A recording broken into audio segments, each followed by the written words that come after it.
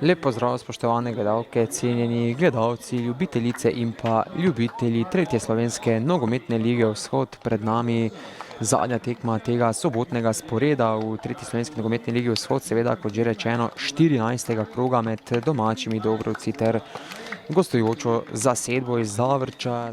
Še vedno pri žogi gostje Romih, nov oster predložek na oddaljenejši vratnici, se je dobro znašel Zorko. Drevenšek še vedno v kazenskem prostoru, kar dve sijajni obrambi Juriča. Desno stran, kjer je Horvat v samostojni akciji, povratna podaja proti Levačiču, obramba Maroha, na koncu pa vendarle zadetek za 1-0, strelec pa nogometaš številko 8 Sagadin in od 36. minute naprej Dobrovce vodijo z 1-0, gol pa je dosegel Sagadin. Po obrambi vratarja Maroha je žoga prišla na nogo Sagadinu, ki je slednjo pospremil v prazno mrežo, medtem pa je, kot vse kaže, tudi pri poizkusu še ene dobre reakcije skupil vratar Maroh. To vplivalo na izvajalca. Polak, 2-0, vodstvo Dobrovc z 11 metrovke je v 45. oziroma natančneje v 48. minuti dosegel Polak in postavil končnih 2-0, še vedno pa vendarle do Predikake.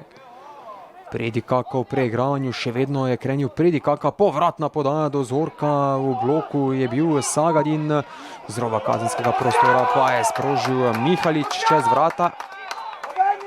Že takoj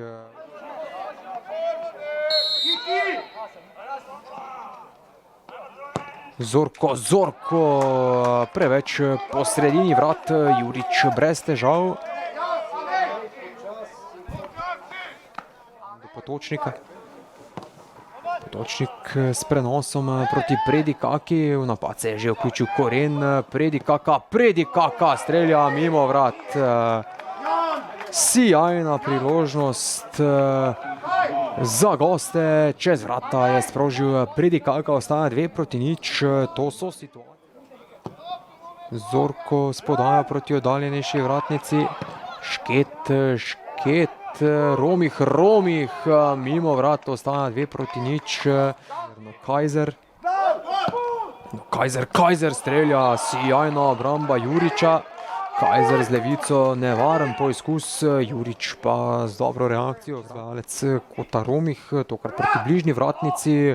Kajzer strelja, 2-1, znižanje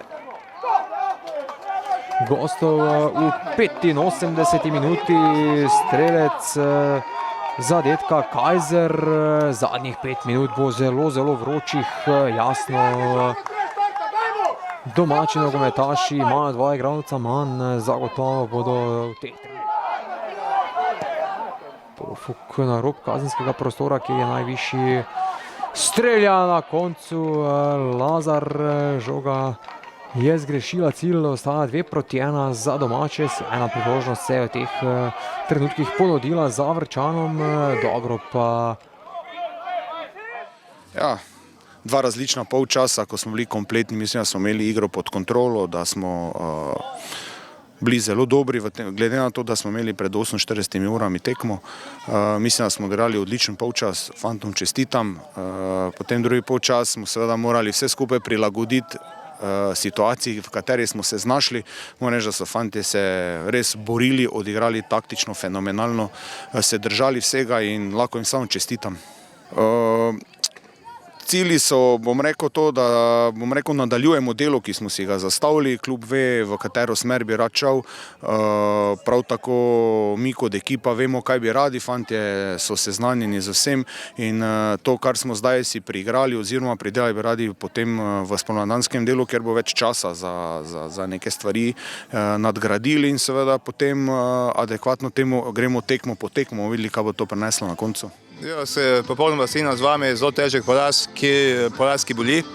Moram se zavedati, da so imeli celi polčas 2 igralca več in nekako nismo znali prebiti čvrste obrambe domačinov. Na žalost smo dosegli samo en zadetek. Moram povedati, tudi prvi polčas so bili domačini boljši. Mogoče edino, ko bomo pogledali posnetki, presogo dosojena 11-metrovka. Ja, zelo težko. Vedeli smo, da bo nasprotnik stopil dobesedno pred svoj 16-metrski prostor.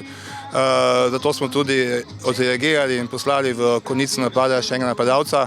Ampak nekako se mi zdi, da ni bilo pravega vtekavanja naših napadalcev na te predložke, kajti obrambo takšno lahko prebije samo čez boko, ne.